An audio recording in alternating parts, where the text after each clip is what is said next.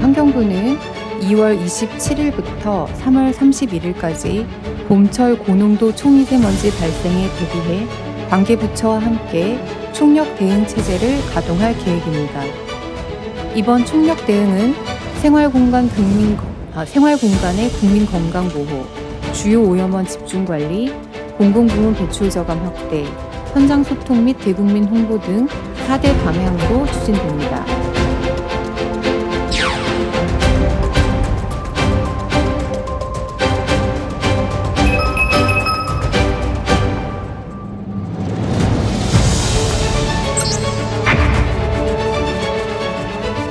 자, 어느덧 3월입니다. 3월 하면 이제 푸릇푸릇한 봄이 떠오르는데 봄 하면 불청객이겠죠. 바로 미세먼지, 또 초미세먼지입니다.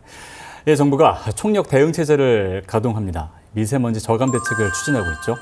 석탄 발전 가동을 줄이고 공기질 관리를 강화하는 등의 조치가 마련됐습니다. 자세한 내용 환경부 국가미세먼지정보센터 유철 팀장과 알아보겠습니다. 어서 오십시오.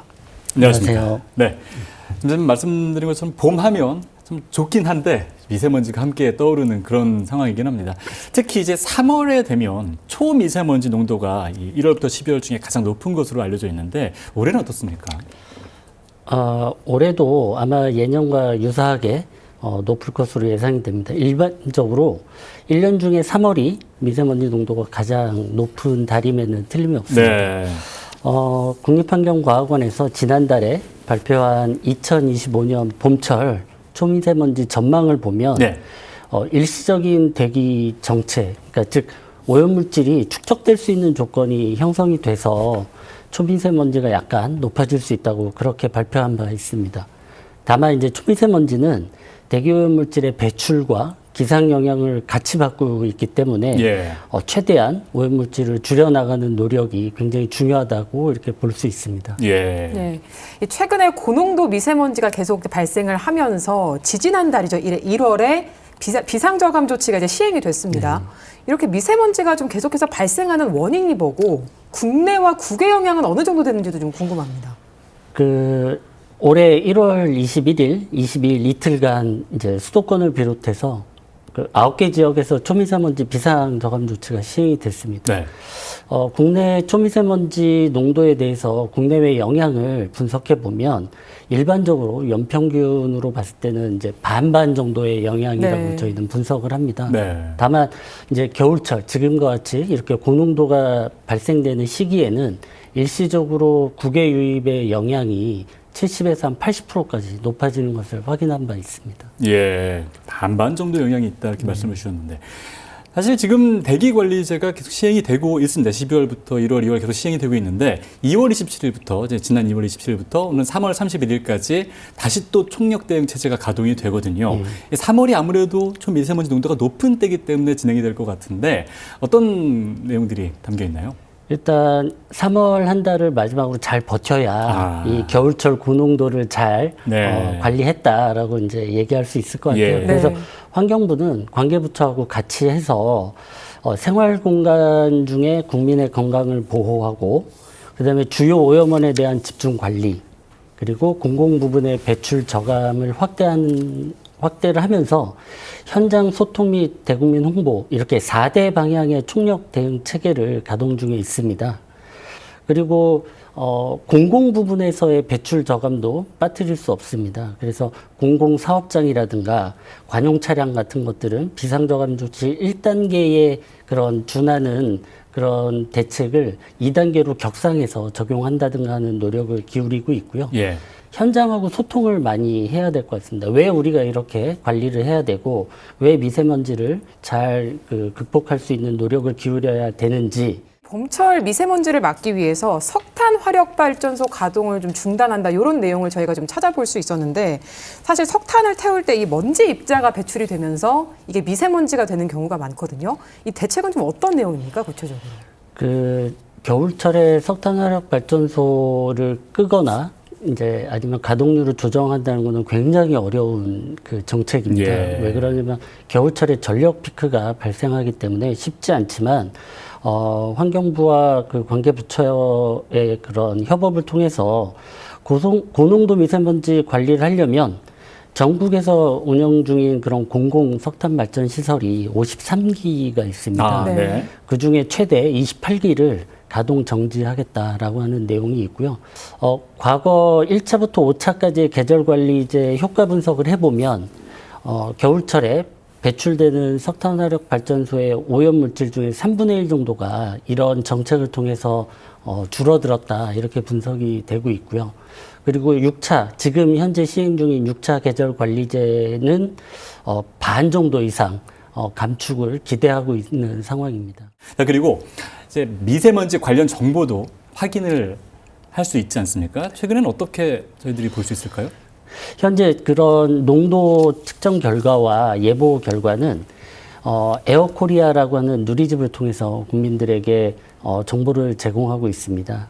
그리고 이제 나머지 하나 배출량 산정 결과 같은 경우에는 실은 그겁니다. 언제 어디서 어떠한 오염 물질이 얼마나 배출되고 있느냐에 대한 정보인데 네. 이러한 정보를 국민들에게 효과적으로 전달 그다음에 제공해 드리기 위해서 새로운 시스템이 지금 구축 중에 있습니다. 전체 우리가 이제 야외에서 경험하는 것과 실내에서 경험하는 공기질이 좀 다를 수 있거든요. 특히 맞습니다. 서울이나 대도시 같은 경우는 지하철도 많이 이용하시고 다중 이용 시설들의 공기질도 저희들이 확인을 해야 될 것 같습니다. 이런 부분들은 어떻게 조치가 되고 있나요? 실외에서의 미세먼지 관리도 굉장히 중요하지만 네. 하루 동안에 실내에서 생활하는 시간도 작지 않기 때문에 실내 공기질의 관리도 굉장히 중요하다고 판단을 합니다. 그래서 지하 역사나 대규모 그런 시설, 대합실이나 지하 상가 등에 약 한 5천여 개소를 대상으로 해서 환기나 공기 정화 설비를 가동 중에 있습니다. 그런 설비들을 적정하게 잘 가동하고 있는지 특별 점검을 지속적으로 하고 있고요. 네. 그리고 이 사업장에서도 미세먼지를 줄이기 위한 조치들이 좀 필요할 것 같습니다. 특히나 화석연료를 사용하는 사업장들이 적지 않기 때문에 더 그럴 것 같은데 관련한 대책들 어떤 것들이 있을까요? 어떻게 됐든 간에 사업장에서 배출되는 오염물질의 양이 적지 않고 네. 미세먼지에 미치는 영향도 작지 않기 때문에 배출 저감 노력을 많이 기울이고 있습니다. 방지시설 설치와 같은 그런 설비 투자가 가능한 여력이 있는 대형 사업장 같은 경우에는 저감 정책 중심으로 가는 예. 것이고요. 그다음에 투자 여력이 상대적으로 부족한 그런 중소형 사업장 같은 경우에는 지원 정책 중심으로 저희는 이렇게 관리를 하고 있습니다. 겨울철에 고농도 미세먼지가 발생할 때는 국외 영향이 좀 크다 이렇게 이야기를 좀 해주셨는데 네.